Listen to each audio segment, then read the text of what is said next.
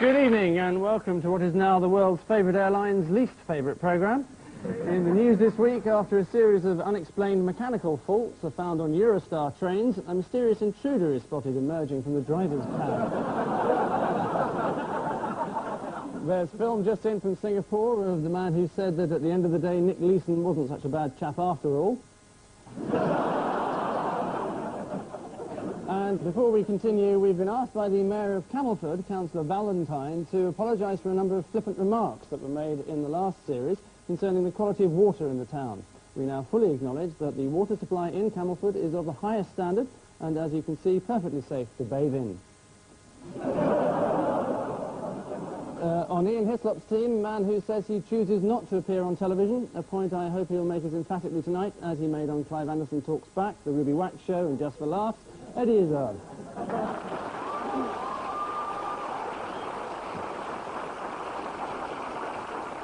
I just mentioned that I said I wanted to actually be on television a lot. That was really what I said, and it got sort of twisted into I don't want to be on television. So it was actually the other angle I was really taking on it. So it was a lie, in what I just said. It takes too long to explain it, really. I know. It was a birth thing, and I was born in China.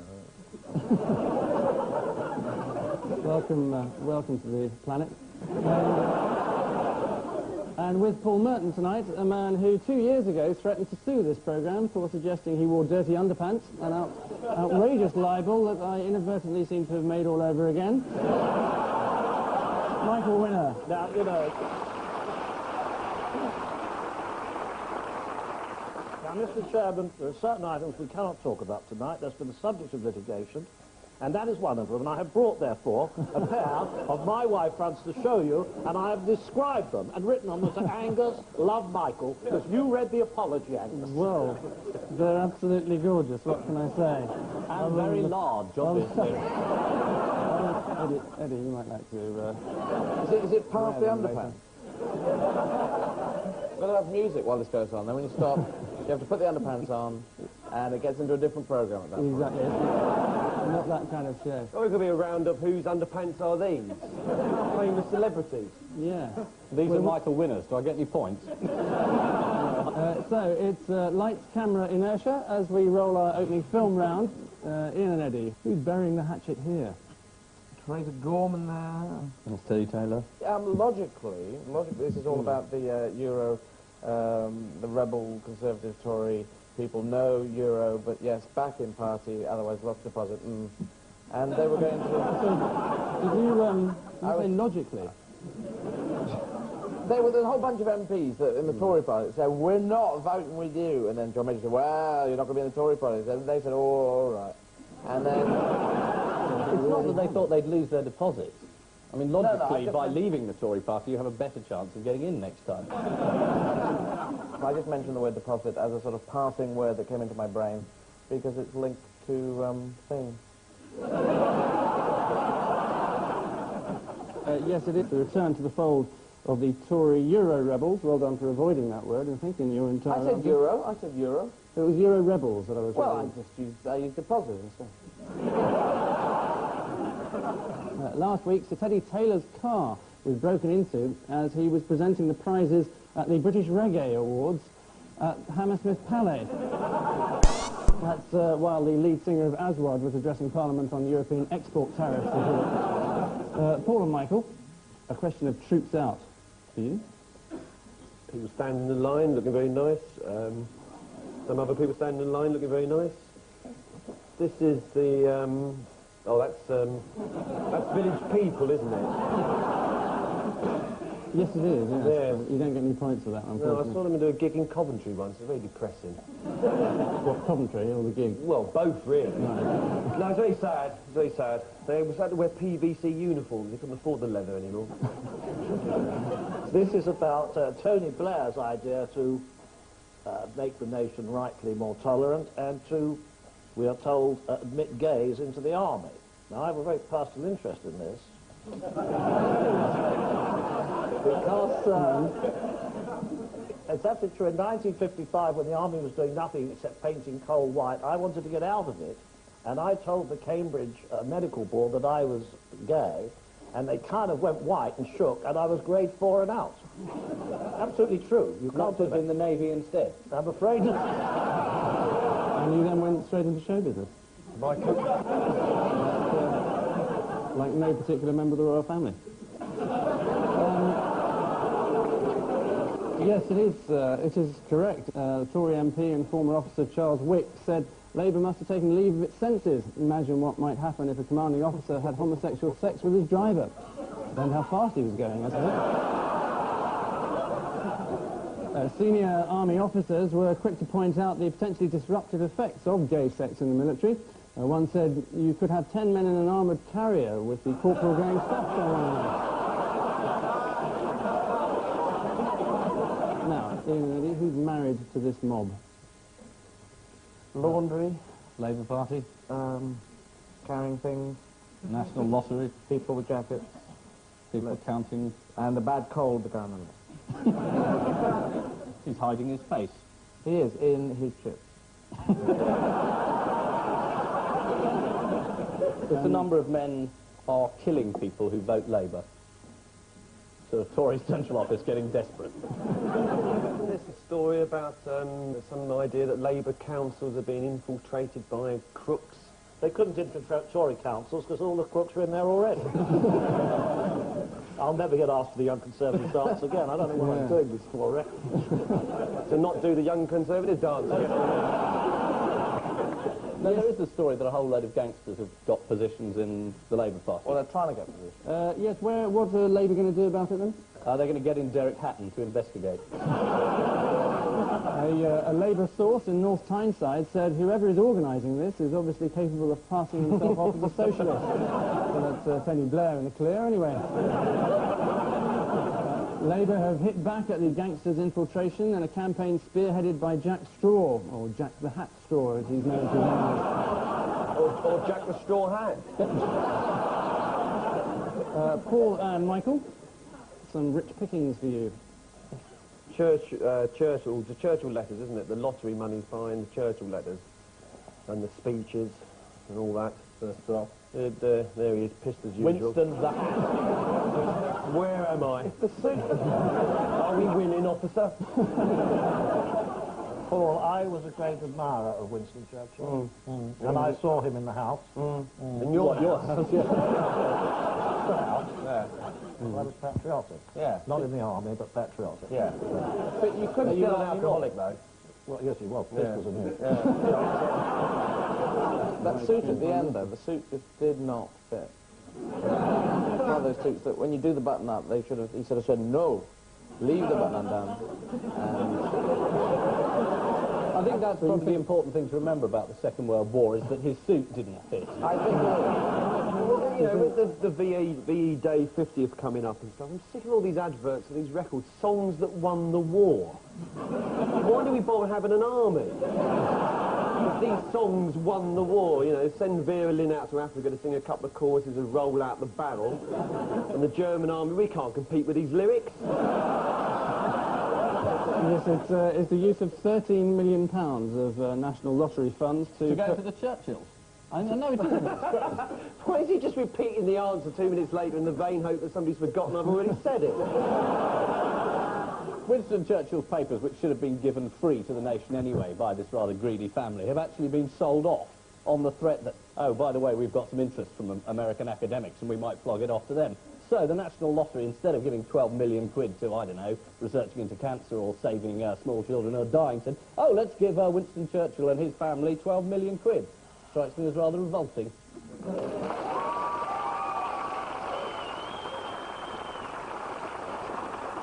Their grandfather would have had a fit, and that's patriotism. No, he would have had a drink.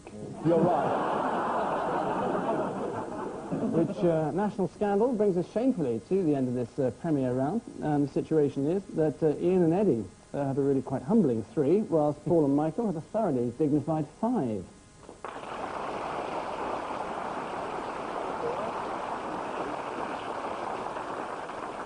Before an entirely new round, if you can contain your excitement, a foretaste of an entirely old round, to wit our much reviled caption competition. Ian and Eddie, here's yours. You'll start for nothing. Triumph has the bra for the way you are. An instant caption, but we normally wait till the end of the programme for that. I look Well, forward I'll say that one later then. Yes, look forward to hearing it all over again in about 20 minutes' time. Paul and Michael, your treat is that. Round 2 then, and the frequent practice of MPs making fools of themselves for the benefit of the media is not only something we're hugely grateful for on this programme, but the subject of a new round, which we've decided to call our MPs making fools of themselves for the benefit of the media round. This film, by way of example, featuring Sir Teddy Taylor, Tony Banks and Simon Hughes, was their way of drawing attention to the sad lives of battery chickens, and perhaps more poignantly... That's a very sad-looking chicken, isn't it? It is. Margaret Thatcher there, in fact, in the chicken suit. Not actually part of the photo call, just finally flipped. So, one piece of film per team, Paul and Michael. What is the clear message being put across here? Oh, God. Too much television's bad for you? There's Selwyn Gummer pissed, and he's seeing all these hippopotami from Fantasia. Not exactly. They're dinosaurs. They are dinosaurs. It's about clean water. There are only 3 dinosaurs in the water. The dinosaur count is down. This is quite clearly saying, save electricity. Even if you're a plastic dinosaur, you can still put a 40-watt bulb in instead of a 60-watt. Well, it sounds idiotic, but it's absolutely right. It was John Gummer, together with some of the more attractive members of his family, clearly informing the public that they should cut down on their energy consumption. As if you needed that explaining. The campaign, in fact, cost £6 million. Gummer said that because... That could have bought a postcard from Churchill, couldn't it? Gummer said that because dinosaurs were so big and powerful, they were the perfect creatures to symbolise his ideas. By an amazing coincidence, they were also pea-brained and doomed to extinction. Ian and Eddie, here are some more MPs attempting to educate us. What are we meant to be learning? These are chefs thinking I was coming to review them. They're running to batter you to death. Oh, they're apples. Well done, Eddie. Good. Well, it's They are apples. obviously the British space programme, and our first attempts to get, I don't know, an apple from one end of a road to another or something, with hats on, looking kind of groovy. Do I know what I'm talking about? No. But anyway. But Paul does. What on earth are they doing there? That's Well, my Is it I'd rather have promoting you tell us. British apples over the French variety and you other European British Apple variety? Week. There's cooking apples. Sorry? Cooking apples. They're carrying cooking apples from one end of a piece of grass to the other to prove that life after death is possible. It's not conclusive proof, is it? Well, I don't know. They've got Well, it's as good as you're going to get. Yeah. We're getting further and further away from the answer. It is a cross-party group of MPs undertaking an apple and spoon race, a cheap stunt aimed at getting the British apple featured on national television, which seems to have worked, in fact. Any idea who the winner was? The apple. No, it was Julian Brazier, who was an MP for Canterbury, but also a marathon runner, which is probably why he Also a was. sort of cooking type of thing. Brazier. EC regulations also threaten British strawberries. They ban anything that's too square and not red enough. What about buses? Yeah, they banned them as well, apparently. What about Tony Blair? Which fruitless labours bring us to the end of this round, and the news is that Ian and Eddie are rotting in the basket with 4, whereas Paul and Michael are maturing nicely with 8.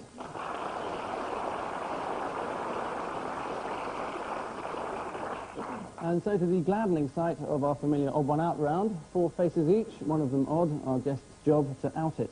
Paul, your 4 queer fish are the hake, the flounder, the turbot, and the deep-sea anglerfish. The turbo's the only one that's got twin engines. Is the wrong answer. The one at the bottom is the only one that's had a pencil forcibly shoved into its head.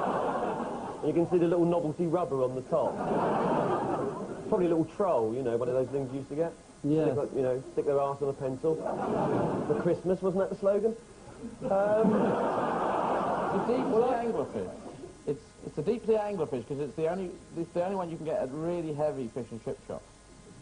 Yeah. And if you don't get it home quick, it eats all the gherkins. if the Spanish catch all these fish except the deep sea fish, because it's the only one they can't reach with their giant vacuum cleaners which they shove into the sea. And Yes, I have to say that Ian's entirely right. Well done for 2 points.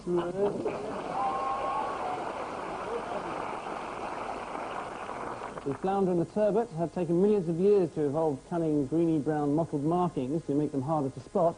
Unfortunately for both fish, they simultaneously evolved a delicious meal-sized frying pan-shaped body. The deep-sea anglerfish is the odd one out because it isn't being fished by the Spanish. This fish actually explodes if it's brought to the surface. So now the Canadian Navy have started breeding them in the waters off Barcelona. Michael, your 4 sex symbols are Rod Stewart, Teresa Gorman, Mr. Blobby, and Nye Bevan. Mr. Blobby, the only one who's been done for drunk driving. He may be, Teresa but Gorman took her lovely cottage, and I disapprove of it, and she put fake oak beams on it, didn't she? Without planning permission, isn't it? She had no planning permission, Eddie. I think Rod Stewart had planning permission trouble somewhere. Yeah, he built a football pitch in the back of his house, in his garden, and he didn't have permission for that.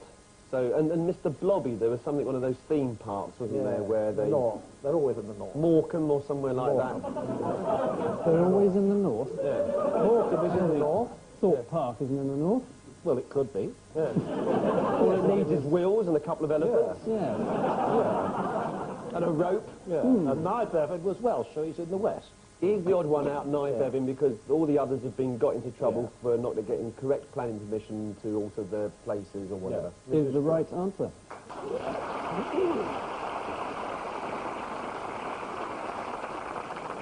Far from being refused planning permission, Labour Minister Nye Bevan once handed it out in return for a bung. At the time, because of his champagne lifestyle, he was christened a Bollinger Bolshevik, unlike today's Labour leader, who is, of course, more of a Kaiser Potter. Eddie, your inscrutable smiles belong to Mona Lisa, the deep-sea anglerfish again, Teresa Gorman again, and a Klingon. The Mona Lisa, they've all got teeth, except Mona Lisa, who didn't have any teeth. She was completely toothless. The woman that he got, Leonardo, he said, stand back there, and she said, oh, right, and he said, just smile, and I'll paint this groovy photo. And, groovy photo. Yeah. I knew he invented the helicopter, but he really was pretty ahead of his time. He said, I'll take a photo of you from the helicopter, and with my pet fish nearby, who's got a big thing coming out of his nose. Well, they've all got problems, haven't they?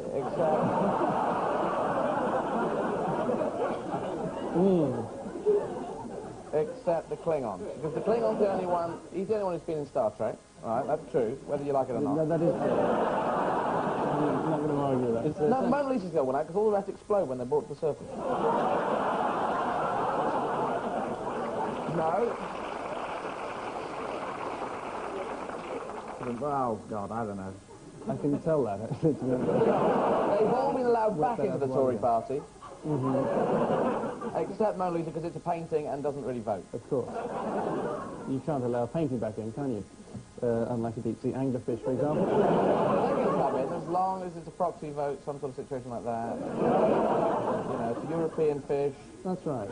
Give it a chance. Of course. Incidental work, and he'll have a big grin. Be hosting a quiz show before you know. Yes. I hope so.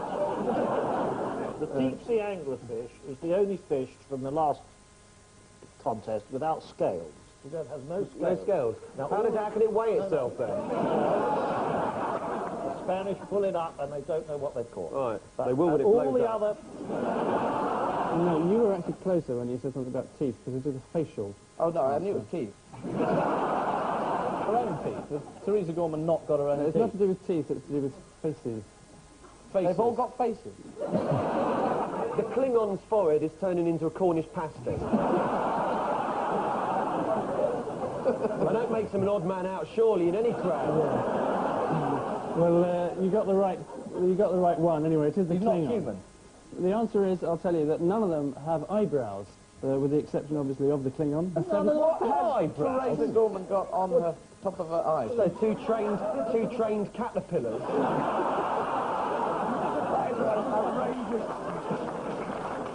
No, they're, Henry and Edith. they're tattoos. You're saying that she's got tattooed eyebrows. So how do we know that's not a tattooed face? She might look like somebody completely different. How do we know? She might be John Gummer. Angus, come on, why? Why has she got tattooed eyebrows? Because she plucked them out when she was a teenager. Just for the hell of it. They grow back, Angus. Well, not in her case, Ian. Did she just stop at plucking her eyebrows, or was it all the body hair? I don't actually know her that well, but... You know, because you could lower down, you might have a tattoo, I don't know, the Yes, Spanish thank you. Armada. Coming in support. Sailors at the side, whistling. Fine. Hot dog stand, you could have everything. And finally in this round, Ian. Roger Daltrey, That's an English forward defensive stroke. Barbara Windsor, Gary Bushell, and Lenny One-Eye Hamilton. Don't tell me one of those eyes is a tattoo. I think this is something to do with being mates with the Krays, because all of these people have a sort of sentimental love of either Ronnie or Reggie. I can't remember which one's dead and which one isn't. I suppose I will do when I get the horse head in my bed. I think Ronnie died, and Reggie's still inside.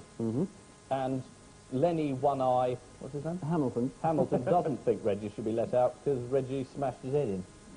Yes, I'm going to have to give you both points, unfortunately. It is completely right. Well done.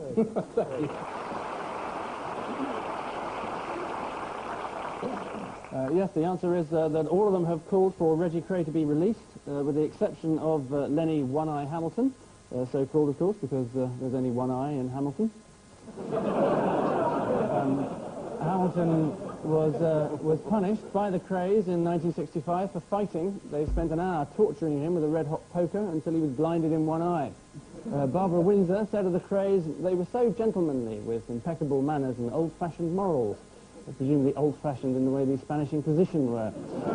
Gary Bushell wants Reggie Cray to be released, and given Reggie's tendency to bump off loudmouth lowlife, who are we to disagree? Roger Daltrey also wants Reggie Cray released, a theme which he subconsciously explored in his hits I'm Free, Free Me, and the less well-known Let Me Out So I Can Burn Someone's Eye Out with a Poker Again. All of which lovable Cockney violence marks an end to this penultimate round, and a quick look at the score shows that Ian and Eddie are currently on the run with 8, while Paul and Michael are almost home and dry with 10.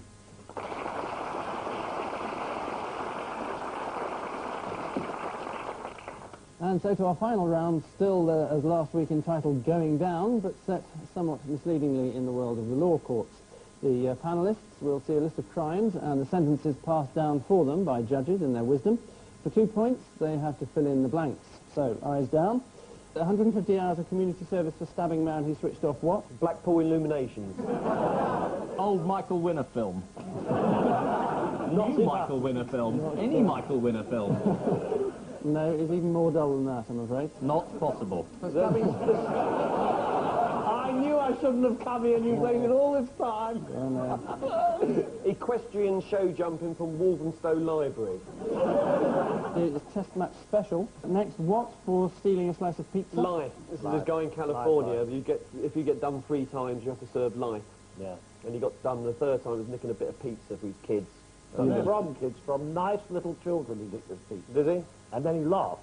He laughed. He laughed, he turned and laughed. I bet that was a hollow laugh when he got sent down for life. You'll laugh on the other side of your deep pan after that, mate. Next, what for housebreaking and theft? 6-month holiday in the south of France.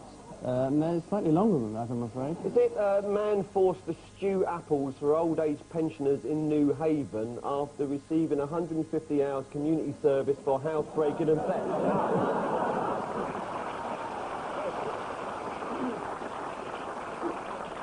No. The answer is a skiing trip to Norway, a minibus tour of Italy, a holiday to Zimbabwe, a boating expedition to Denmark, and 2 months Caribbean cruise calling at Mexico, Florida, and Disney World. But Michael did say I said 6 months in the south of France. Which isn't written there. No, you didn't go Who did all that then? Did all what, sir? All those bits. That's quite a lot. That's a knackering holiday, isn't it? Well, there's got to be an element of punishment in there somewhere. Next, 3 months for growing potatoes, what? In Michael Winner's underpants.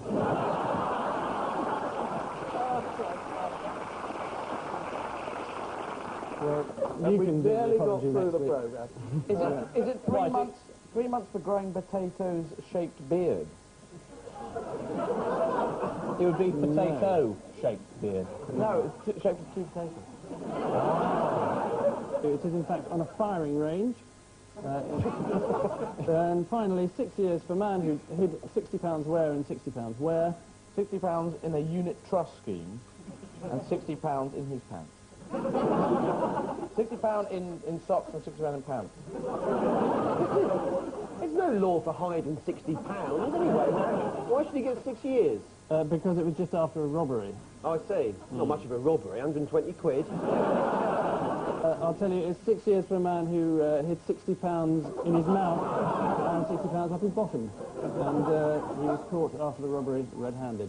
So, all of which errors of judgment bring tonight's session to a close, and the upshot is that this week's pair of flounders are Ian and Eddie with 10, whilst this week's leaping salmon are Paul and Michael with 14.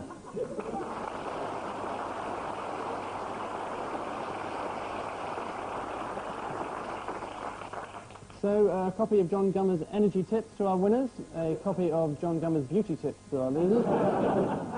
But before they all disappear off to Stringfellows together, a brief resume of our catching competition. Ian and Eddie, what do you make of this? Oh, it's Liz Hurley's mum saying you forgot this for the BAFTAs. Thank you. Paul and Michael. Prince Edward denies inbreeding in royal family. Pig arrested for wearing human body behind face.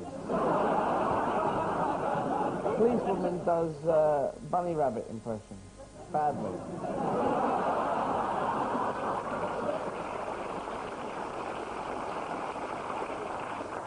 On which surreal note, we say thank you to our panellists, Ian Hislop and Eddie Izzard, Paul Merton and Michael Winner. And I leave you with news that at Land's End, the man who decided to drill through Britain lengthways gets off to an encouraging start. Liz Hurley gets her toes stuck in a bath tap and dials 999 for assistance. And British Rail apologised for the late arrival of the 5:53 man with leather jacket from Scunthorpe. Good night.